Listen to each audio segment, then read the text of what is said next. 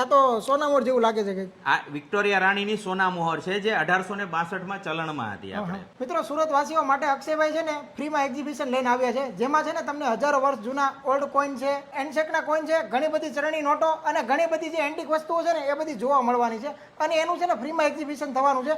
બાકીની વધારે માહિતી છે ને આપણે અક્ષયભાઈ આપવાના છે. અક્ષયભાઈ, આપણે ત્યાં હડપ્પા સંસ્કૃતિના, મુઘલ સામ્રાજ્યના, બ્રિટિશ સરકારના, ત્યાંથી લઈને અત્યાર સુધીના જેટલા બી અલગ અલગ સ્ટેટ વાઇઝના કોઈનો છે એ બધા જ કોઈનો, અલગ અલગ પેપર મનીઓ, એની સિવાય ઘણી બધી એન્ટિક્સ એવી આઇટમ છે જ્યાં બિલકુલ ફ્રી ઓફ ચાર્જમાં એક્ઝિબિશનમાં જોવા મળી જશે. 2.5 રૂપિયાની નોટ છે. આ કેટલા વર્ષ જૂની છે? આ આપણે 1911માં પંચમ જોજ રાજા હતો અંગ્રેજોના ટાઈમમાં, ત્યારે ચલણમાં હતી.